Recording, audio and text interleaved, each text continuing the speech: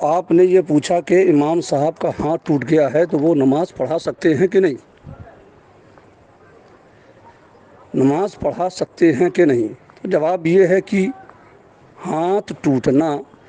یہ کوئی ایسا عذر نہیں ہے جس کی وجہ سے نماز پڑھانے میں کوئی خرابی لازم آئے۔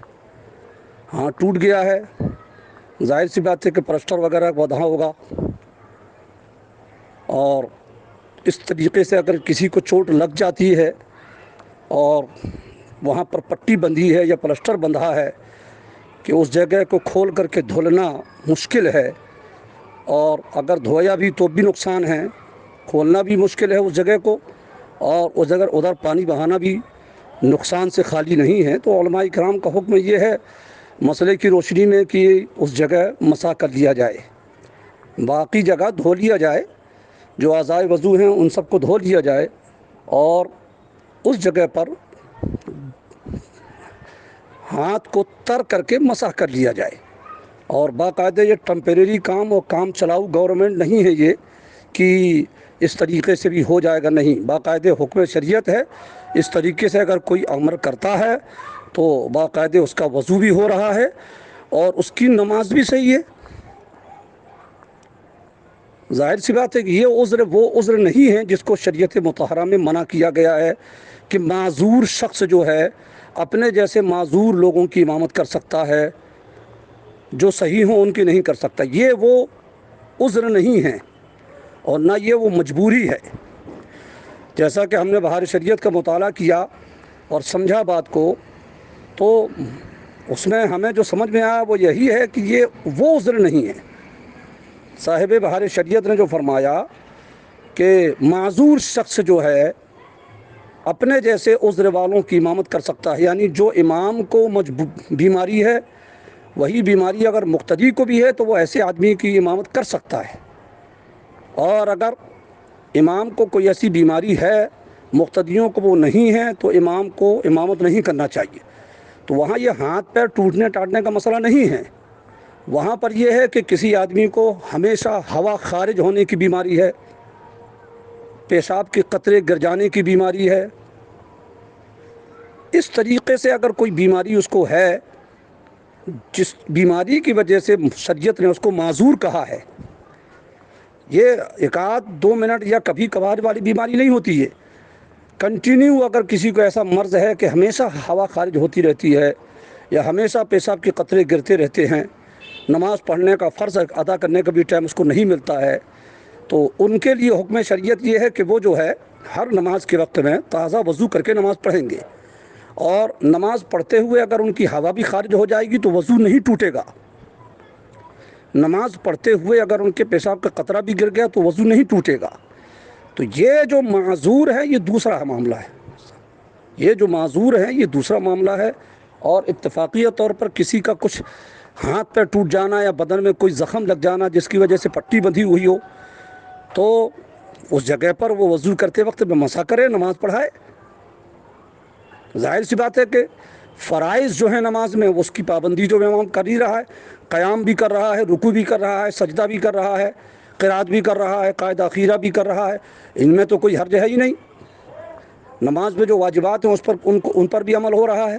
وقتیہ طور پر اگر کوئی ایسا مرض لاحق ہو گیا ہے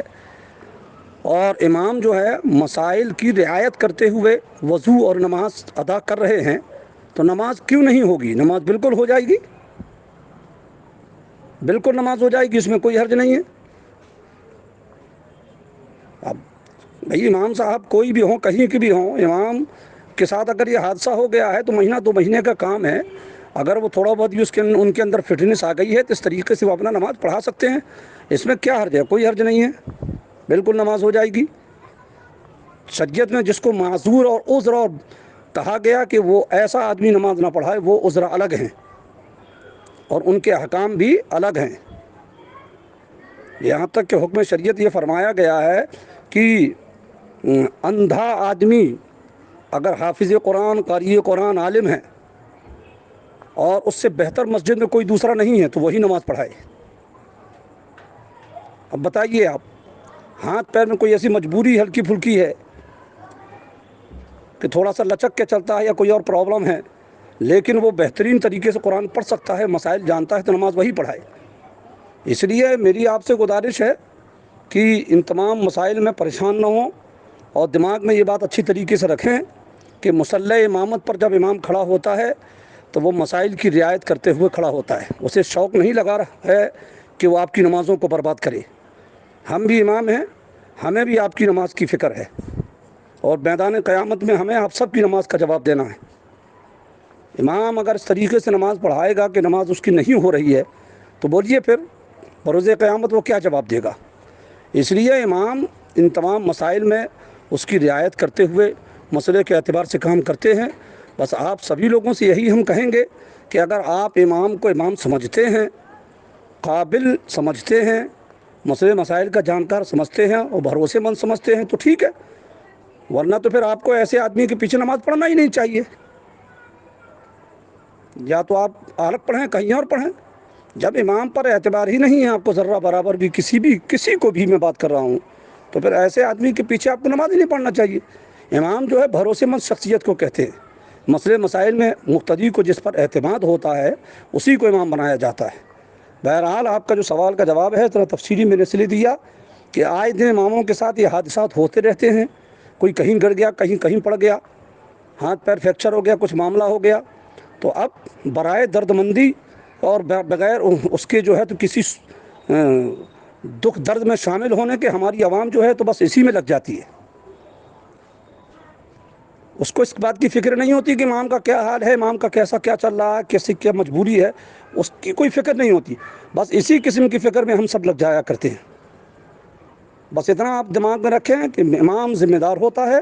اگر وہ غلط کر رہا ہے تو قیامت کے دن خود اس کا جواب دے گا۔ ہاں، علانیہ اگر کوئی ایسی غلطی ہو رہی ہے کہ بالکل مسئلے کے خلاف کام ہو رہا ہے تو ہرگز ایسے امام کے پیچھے نماز نہیں پڑھی جائے گی، بلکہ اس کو امامت ہی میں رکھنا بیکار ہے۔ علی اعلان کوئی ایسی غلطی، مسئلہ معلوم ہونے کے باوجود، فتویٰ موجود ہونے کے باوجود نماز نہیں ہو رہی، پھر بھی اسی طریقے سے اگر وہ نماز پڑھا رہا ہے تب، ورنہ ان سب مسائل میں باقاعدہ طور پر شریعت کی طرف سے اجازت ہے، نماز ہو جائے گی، اور ہم نے جو تحقیق کیا، جو سمجھا، وہ اس کا جواب ہے۔ اللہ تبارک و تعالی ہم اور آپ سب کو اپنے اماموں کی، علماء کی، حفاظ کی قدر کرنے کی توفیق عطا فرمائے۔